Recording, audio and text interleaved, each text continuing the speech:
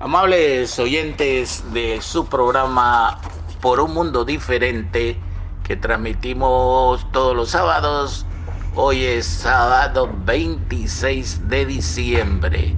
Vamos a tener el gran placer de tener al licenciado Jorge Rojas. Él es astrónomo y vamos a hablar un poco de ese fenómeno que pasó el lunes pasado, que dejó tantas inquietudes en nuestros oyentes.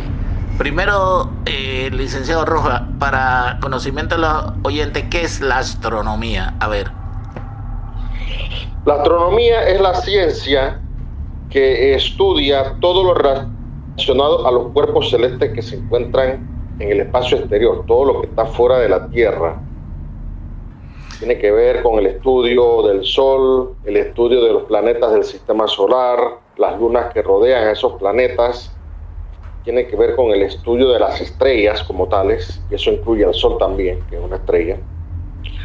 La astronomía estudia también todo lo relacionado al universo, es decir, a los inicios del universo, cómo se ha ido desarrollando el universo, cómo se ha ido formando y los posibles destinos del universo.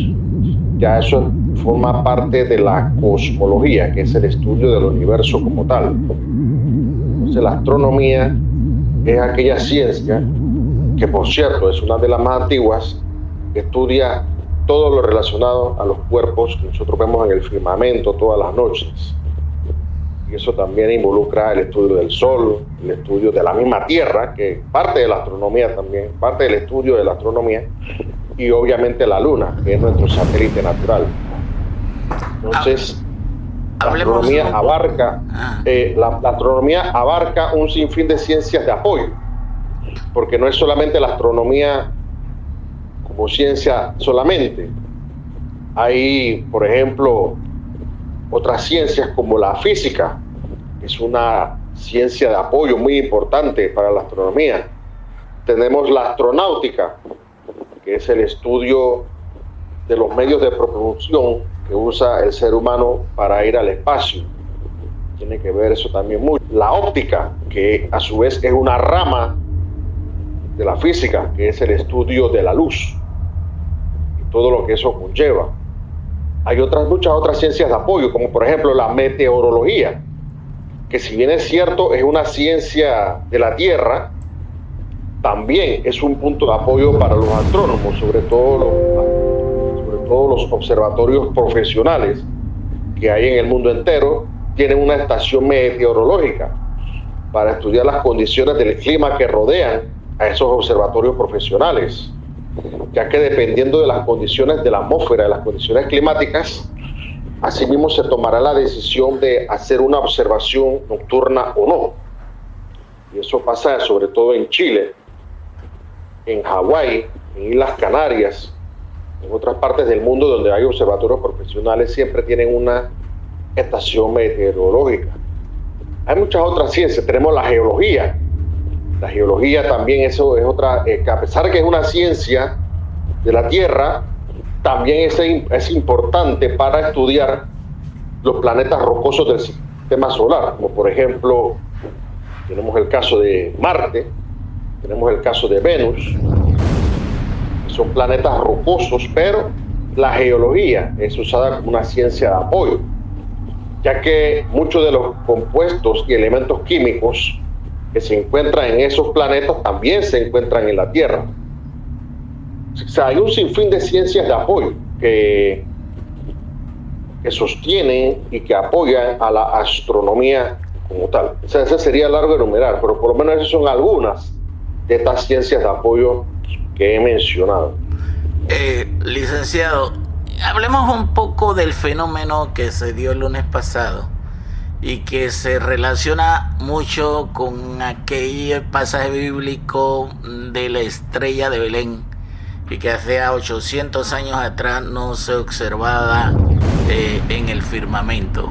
A ver si nos da una explicación para nuestros oyentes qué realmente ocurre en eso, y porque se señala pues que esa fue la estrella que guió a los Reyes Magos hasta el pesebre donde estaba Jesús. ¿Qué nos dice? Sí, lo que pasa es lo siguiente. A lo largo de la historia se han dado algunas conjunciones Júpiter y Saturno, de Júpiter y Saturno, algunas espectaculares, como una que hubo en 1226, hubo otra en el año 1603, en la época de Kepler, cuando Kepler estaba vivo, otra en 1623, cuando Galileo todavía estaba en su apogeo. Eso fue antes de que Galileo fuese juzgado por la Iglesia Católica, estaba Galileo todavía.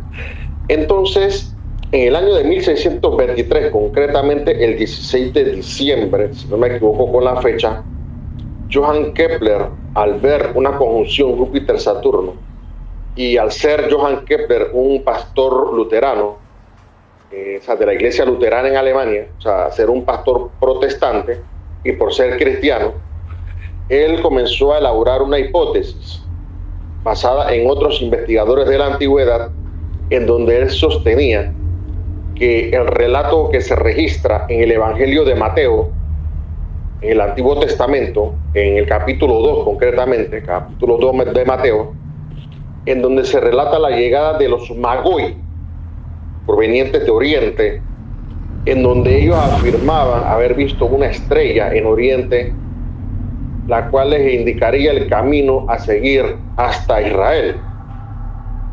Entonces, él comenzó a retrasar las observaciones, las fechas de observación, ya que las conjunciones entre Júpiter y Saturno son cada 20 años aproximadamente.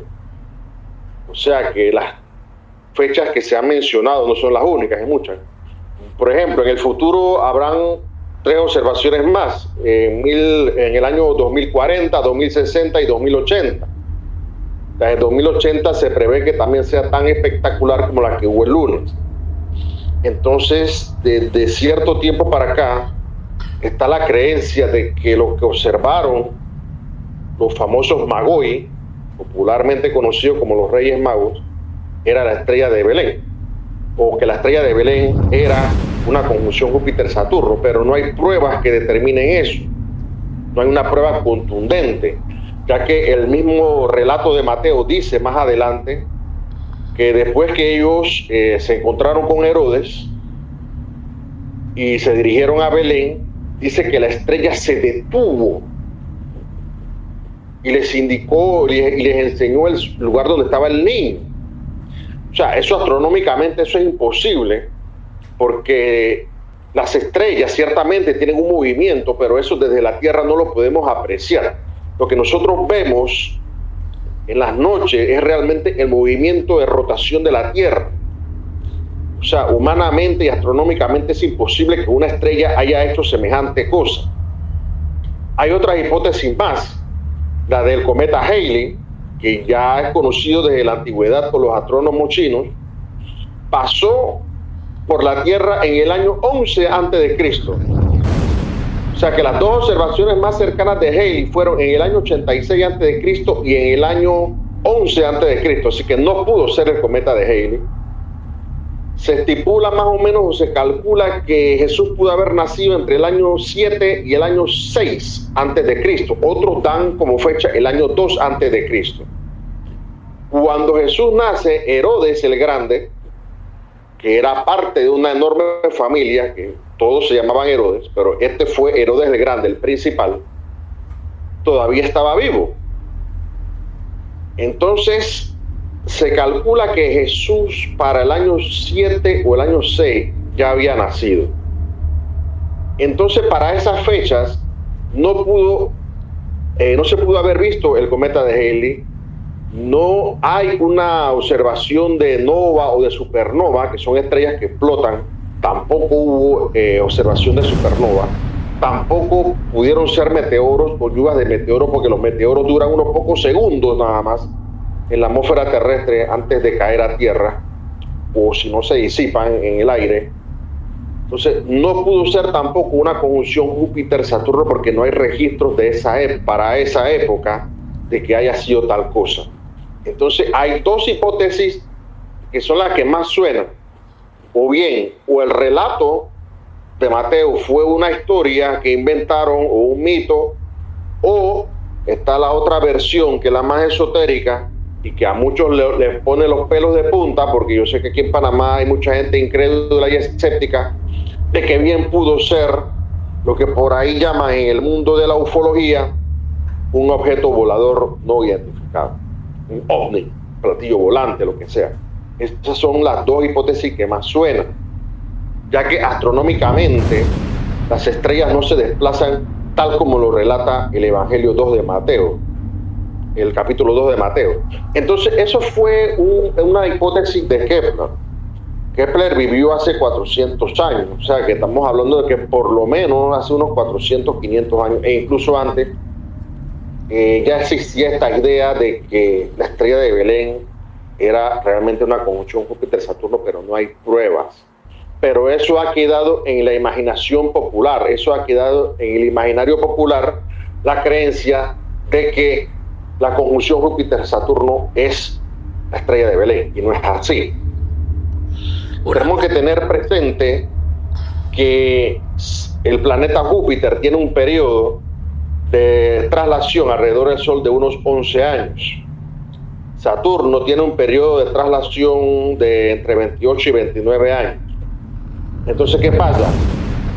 Cada cierto tiempo, cada 19, 20 años, estos planetas se alinean con la Tierra de tal manera que da la apariencia o da la impresión de que se estuvieran acercando el uno al otro.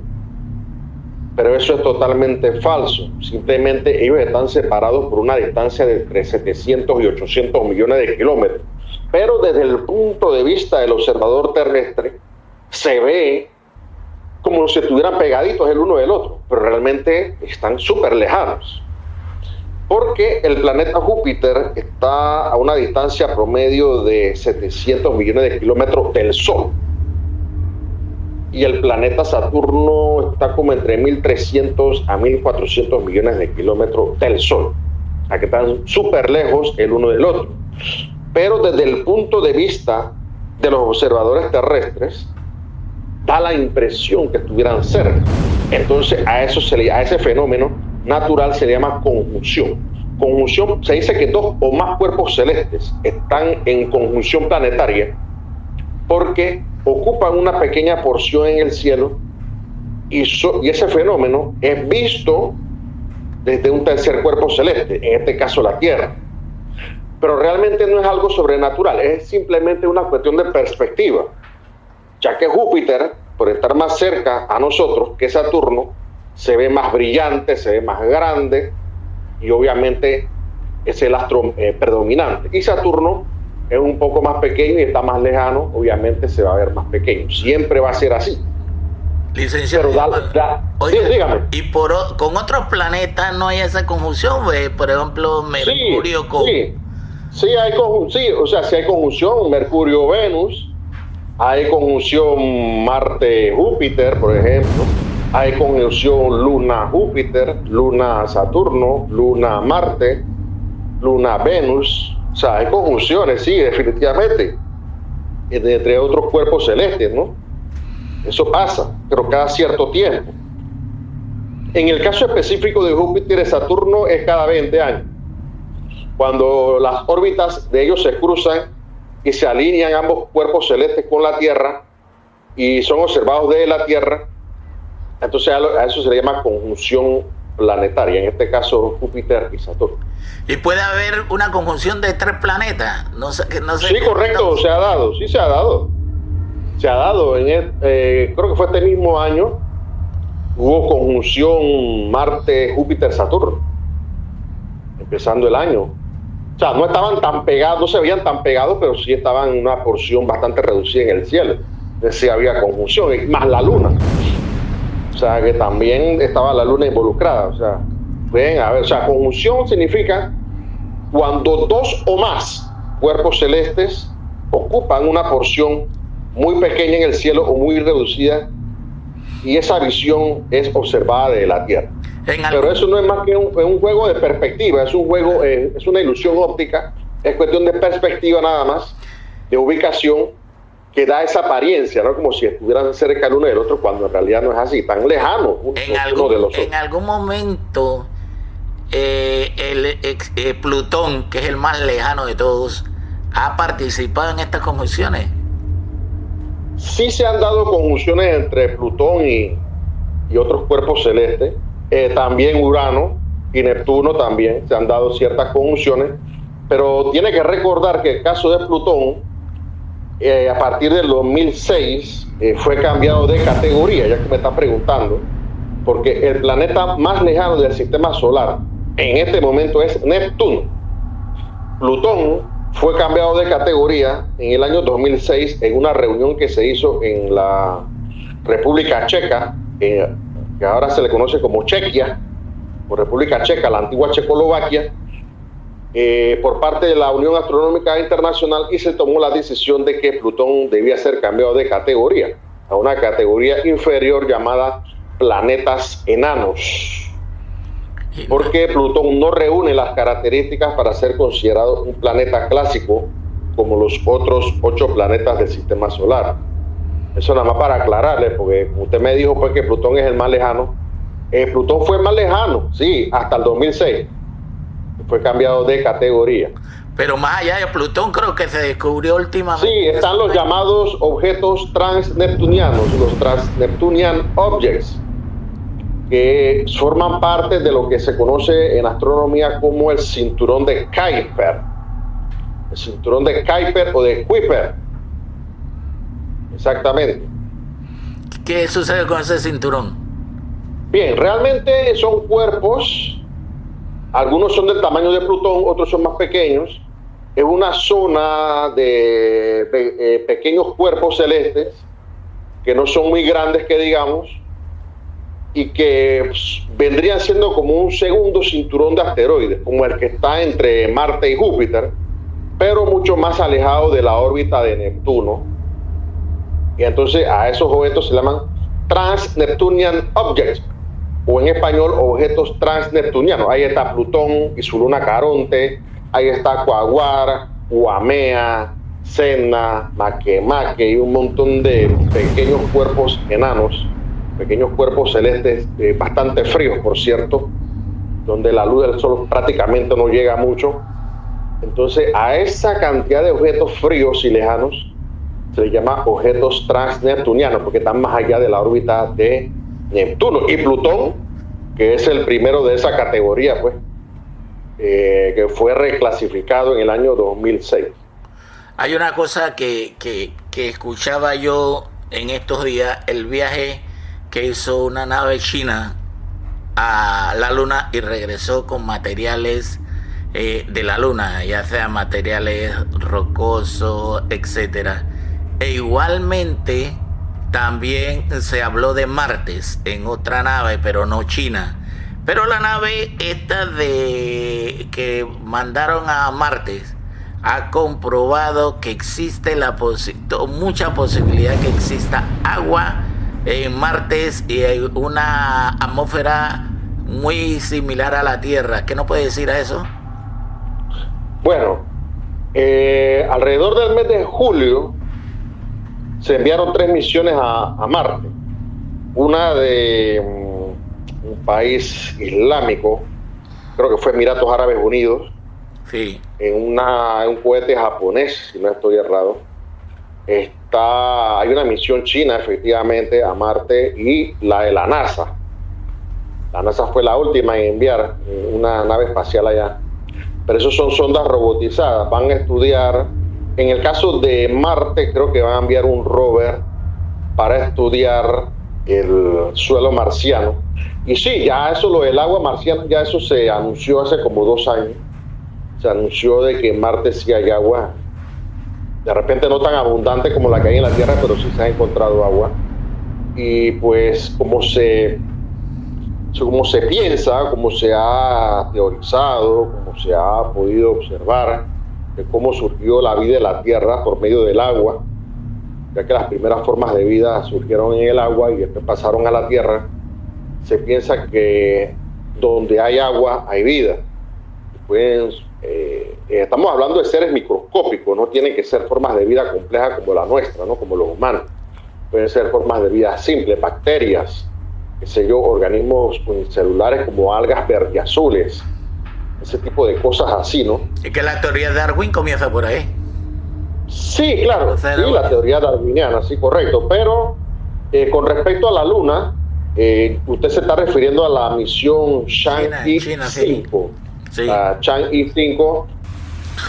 La sonda china Chang'e 5 tenía programado descender en el llamado Oceanus Procellarum, que en español significa océano de las tormentas, eso es en la cara visible de la Luna.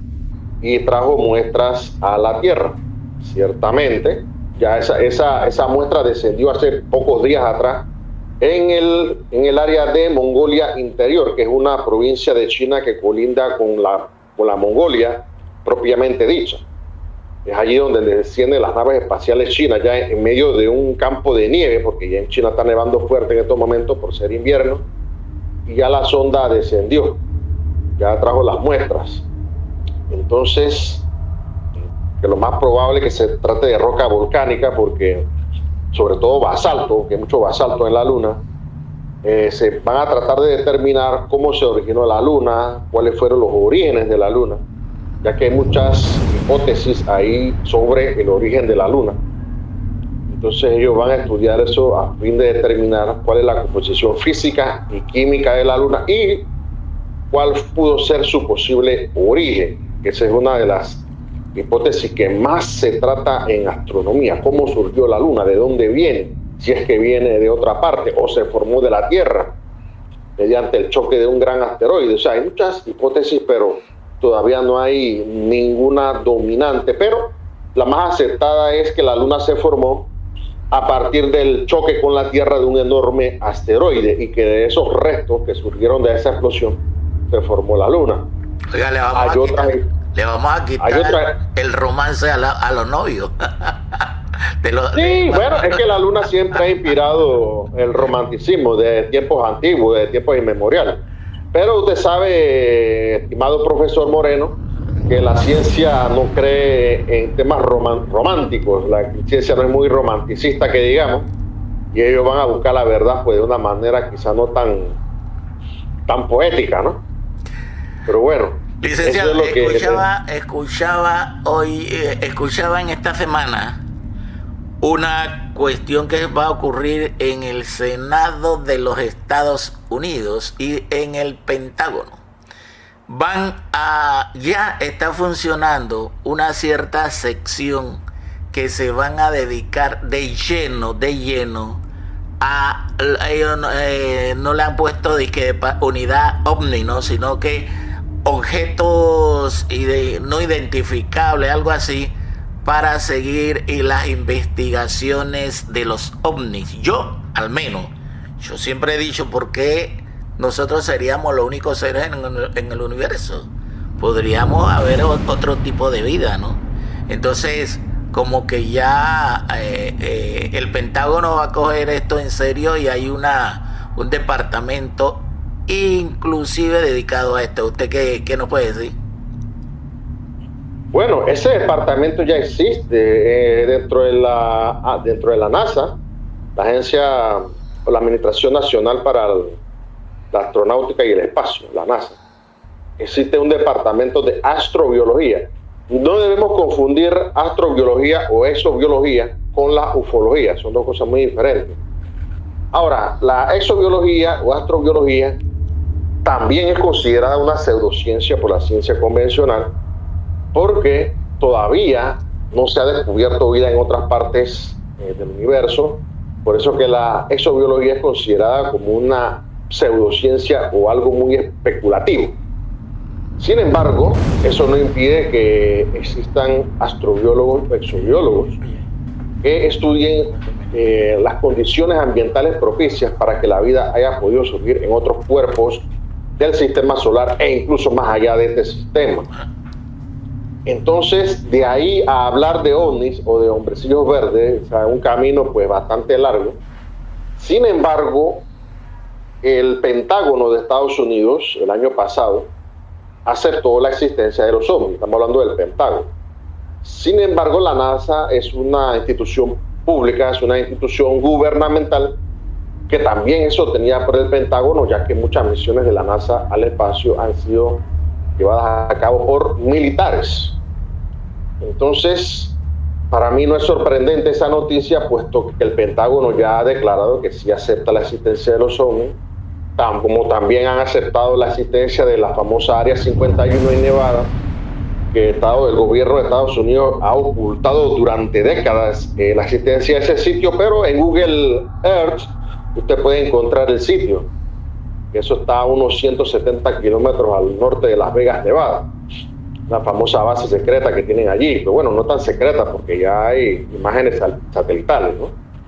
Así que sí, definitivamente, algunos ex astronautas de la NASA ya fallecidos, como Gordon Cooper, que fue al espacio varias veces en las naves Gemini, o como el famoso Edgar Mitchell, que fue parte de la misión Apolo 14, el sexto hombre en la Luna, él afirmaba que los extraterrestres existen. De hecho, este astronauta ya fallecido, Edgar Mitchell, él comentaba que él vivió en Roswell y que él supo de la historia de Roswell, y él verifica que esa historia es verídica, la de los platillos volantes que cayeron en Roswell. Pero ese es un tema que la ciencia moderna, la ciencia convencional, no quiere asumir. Sin embargo, el hombre que dio a conocer el caso Roswell a nivel mundial fue precisamente un físico nuclear, Stanton Friedman, un hombre que trabajó para las más importantes empresas de Estados Unidos como General Electric, entre otras empresas muy famosas en Estados Unidos, y fue él el que dio a conocer el tema de Roswell al mundo entero. Ahí se han dado algunos casos de astrónomos que se han acercado un poquito al estudio del fenómeno ovni, como lo fue el famoso Jacques Vallée de Francia, que actualmente vive en Estados Unidos, o como el famoso Joseph Allen Hynek, que escribió un libro llamado The UFO Experience, o la experiencia ovni en español. Y estos dos señores, tanto Vallée como Hynek, fueron los asesores de la película Encuentros cercanos del tercer tipo, dirigida por Steven Spielberg, allá por los años 1970. Muchos quizás recordarán esa cinta famosa, ¿no? Una gente en Estados Unidos que habían sido secuestradas y que después fueron devueltas a la Tierra por los extraterrestres. Se las recomiendo. Encuentros cercanos del tercer tipo. Bueno, ellos fueron los asesores científicos de esa película para mostrarle al mundo la realidad del fenómeno ovni. Sin embargo, a pesar de que ciertos científicos se han acercado al tema, la ciencia en general ve esto como pseudociencia o superchería. Pero, desde el punto de vista de la exobiología, las posibilidades de vida en el universo son infinitas.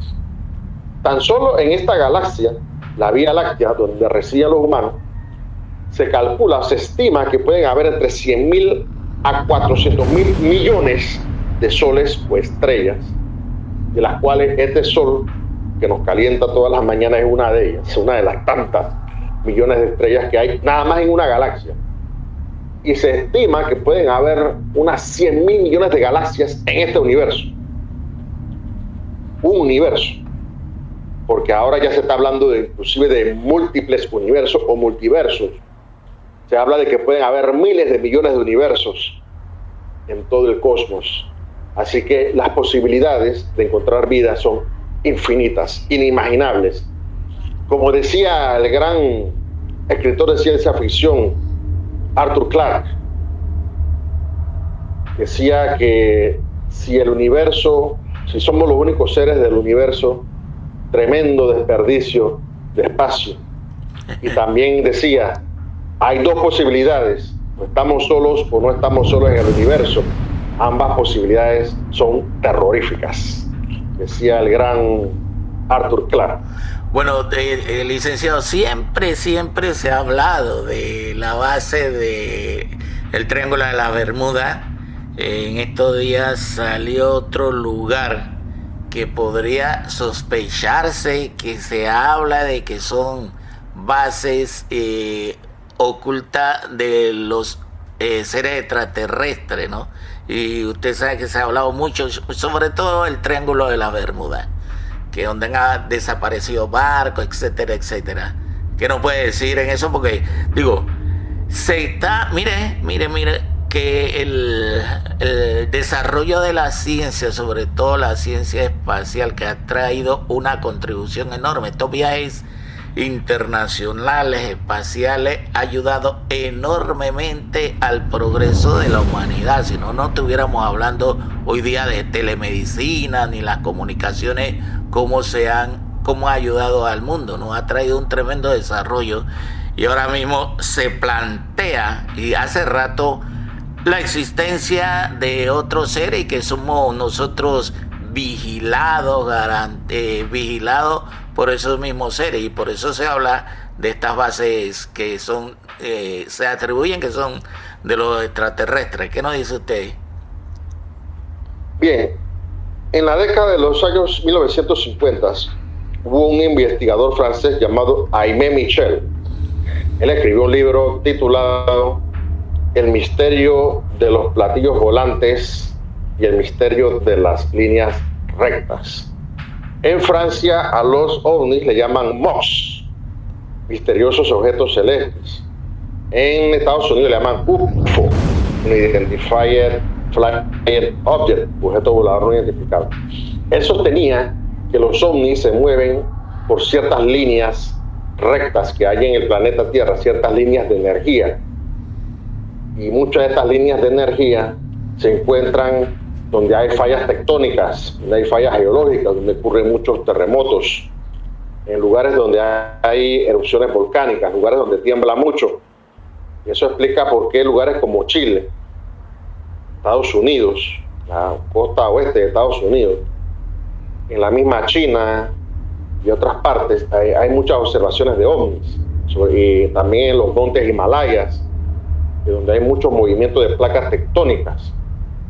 Entonces se descubrió que alrededor del trópico de Cáncer, estamos hablando al norte del Ecuador, de la línea del Ecuador, más o menos entre los 30 y 40 grados, entre los 20 y 40 grados de latitud norte, hay unos triángulos, hay como unos 12 triángulos, uno de los cuales se encuentra en el mar del Japón, se encuentra entre China y Japón, donde está el famoso Triángulo del Diablo, que es una región parecida al Triángulo de la Bermuda, donde también se dan estas anomalías extrañas, en los montes Himalayas, en Pakistán, en Europa y en el Atlántico Norte, es donde está el famoso triángulo ese que conecta a Puerto Rico, la Florida y las Islas Bermudas. Hay un triángulo, hay una zona ahí, parece que es una especie de ventana dimensional donde se manifiestan mucho estos objetos, salen del agua y otros vienen del espacio y caen allá abajo en los profundos abismos, se encuentran en el Atlántico. Entonces eso ha llevado a pensar de que allí hay una especie de ventana espacio-temporal. Esto pasa porque inclusive algunos de estos barcos desaparecidos han sido encontrados totalmente intactos, pero sin las personas, sin signos de violencia o de asesinato, nada. E inclusive hay barcos donde han encontrado la cocina con el café todavía prendido. O sea, fenómenos extraños, pero las personas prácticamente no han aparecido o no aparecen.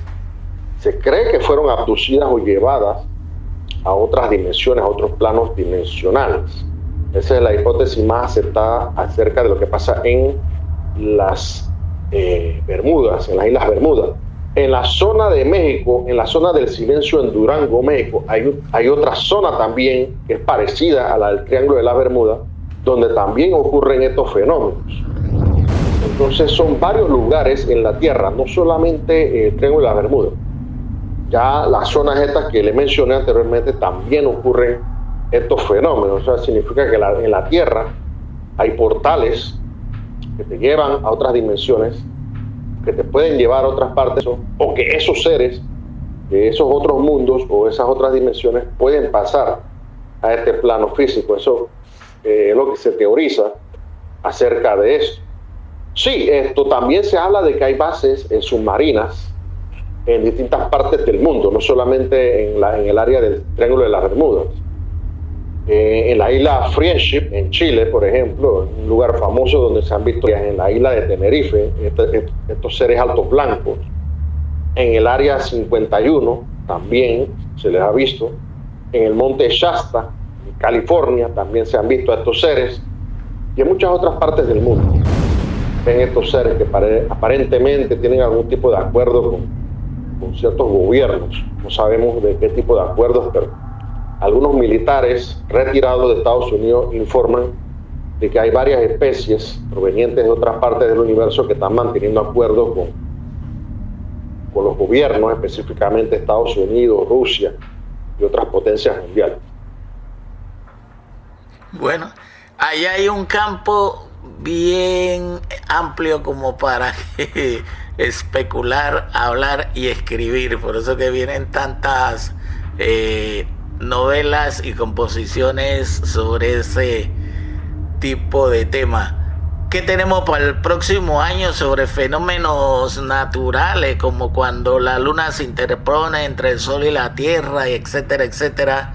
¿Algún fenómeno que pueda ocurrir en el 2021? Y si estos fenómenos, licenciado, influye de alguna manera en aquellos movimientos, ya sea volcánicos, los tsunamis, etcétera. ¿Hay alguna tesis sobre eso? Bueno, todos los años hay eclipses de sol y de luna. Pueden haber entre 2 y 4 eclipses, tanto de sol como de luna, en distintas partes del mundo. Creo que hay uno programado para el 26 de mayo del 2021, un eclipse total de luna. Lastimosamente en Panamá no lo vamos a ver total, vamos a verlo parcial, de una manera parcial aquí en Panamá. Para el año 2021 habrá 2 eclipses de sol y 2 eclipses de luna. Pero acá en Panamá estamos esperando uno grande para el 2023, pero lastimosamente nos faltan 3 años para eso. Pero sí, hay eclipses como a principios de año. El 4 de enero de 2021 la Tierra va a estar en perihelio. Perihelio es cuando la Tierra se encuentra más cerca del Sol. Así que también va a haber una lluvia de meteoros, el mismo 4 de enero, la lluvia de meteoros de las cuadrántidas.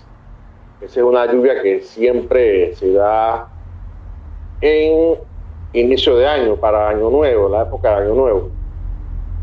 Eso pasa bastante, estas lluvias de meteoros realmente son fragmentos de cometas o de asteroides que se encuentran en la ruta que lleva la Tierra alrededor del Sol, en la órbita terrestre. Alrededor del Sol hay estos fragmentos. Entonces cada año, cuando la Tierra pasa por determinadas zonas de esa órbita, se dan estas lluvias de pequeños fragmentos que cuando nosotros las vemos en el cielo, nosotros le llamamos estrellas fugaces. Esto siempre ocurre todos los años. Todos los años. Incluso, por ahora, dígame. Incluso creo que una de las misiones de los últimos astronautas que salieron aquí a Florida era ver la cuestión de la basura espacial, ya que se nota pues que en el espacio hemos dejado mucha basura, no solamente aquí en la Tierra, sino en el espacio también. ¿Qué ha sabido usted de eso? Ya que está hablando de eso. Bueno, debemos tener presente que el primer cohete, vamos a llamarlo así, que llegó con éxito a la órbita, o uno de los primeros, porque ya hubo otros anteriores, pero el que es considerado oficialmente el primer satélite artificial de la Tierra, el Sputnik 1, lanzado el 4 de octubre de 1957 por parte de la Unión Soviética, de la antigua Unión Soviética. A partir de esa fecha, de 1957, han transcurrido 63 años. Y en 63 años se han enviado al espacio cualquier cantidad de misiones. Y en esas misiones, cuando se lanzan los cohetes, quedan partes de cohetes, quedan partes de satélites flotando ahí arriba, satélites inoperativos desde los años 60 y 70. Han quedado guantes de astronautas, martillos, algunas de las herramientas que han usado los astronautas cuando estaban en la famosa estación Mir. o inclusive del actual ISS. Muchos desperdicios espaciales ahí arriba. Entonces, hay mucha preocupación porque inclusive hace unos escasos años atrás la Estación Espacial Internacional tuvo que subir un poco la órbita porque había peligro de que la ISS chocara con algunos de estos fragmentos o restos de cohetes, de naves espaciales, etcétera, etcétera, que todavía están flotando allá arriba, satélites que ya no están operando, están flotando allá arriba. Entonces eso representa un peligro para la navegación espacial y para los propios satélites que todavía están operativos. Creo que Rusia y Japón quisieron hacer una propuesta de lanzar como una especie de red gigante para capturar estos cuerpos celestes. No sé en qué quedó esa propuesta, pero se han hecho algunas propuestas para ver cómo se hace esa limpieza. Eso va a ser bien complicado. E inclusive lanzar satélites de gran tamaño para recuperar estos fragmentos y después devolverlos a la Tierra o incinerarlos en el regreso a la atmósfera. Es bien conocido a nivel mundial que el Océano Pacífico Sur es un enorme cementerio de naves espaciales allá en el fondo del Océano Pacífico. Eso por donde está la isla de Pascua, por ahí en el Pacífico Sur, porque ese es el lugar más indicado para lanzar estas estaciones espaciales antiguas que habían, restos de satélites, restos de cohetes, naves espaciales, etcétera, lo lanzan ahí y eso queda en el fondo marino allí. Al no haber población, ese es el lugar predilecto para enviar o para incinerar en la atmósfera estos fragmentos y que caigan precisamente en el Océano Pacífico Sur, porque como no hay población humana, solamente unas pocas islas ahí, como la isla de Pascua, Juan Fernández, etcétera. Entonces, ese es el lugar preferido. Lastimosamente, esa es la opción que se está usando ahora. Pero en el futuro se tienen que implementar otras opciones para ir saneando, para ir limpiando la órbita baja de la Tierra de todos estos escombros. Definitivamente que esto va a ser un peligro para la navegación espacial en los próximos años. Bueno, doctor Jorge Rojas, créame que seguramente los oyentes se han deleitado con esta interesante charla que usted nos ha brindado, porque son temas que poco se tocan, pero que están en la actualidad. Y si uno no está, por ejemplo, al día en ciertas situaciones, de ahí sale la famosa astrología, ¿no? Que de los brujos que te tienen que tener una relación con los satélites, que tienen en contra a Júpiter, a favor tuyo, no sé qué. Bueno, y por ahí no vamos, ¿no? Así que vamos a tratar a ver en qué queda todo esto ahora con el nuevo presidente de Estados Unidos y con la situación del interés que ya se ha marcado en las autoridades norteamericanas y en otras naciones sobre esta situación del espacio, de los seres extraterrestres, a ver qué nos traen el 2021 acerca de eso. Así que por ahí estaremos conversando. Le doy la oportunidad para que nos diga un hasta pronto en esta segunda entrevista que le hemos hecho y dándole las gracias por su gentileza. A ver. Muchas gracias, profesor Guillermo Moreno, por la oportunidad que me ha brindado y gracias a los oyentes de Radio Mía y su gran cadena nacional por escucharme y por tener la paciencia de casi una hora escuchándome. Este es un tema bien extenso y apasionante y esperemos poder concederle al profesor Moreno otras entrevistas sobre astronomía y otros apasionantes temas. Así que por el momento me despido de usted y de todos los oyentes de Radio Mía y que tengan una feliz mañana de sábado. Gracias, el licenciado Jorge Rojas, por acceder a esta entrevista y le decimos a ustedes gracias y será hasta la próxima.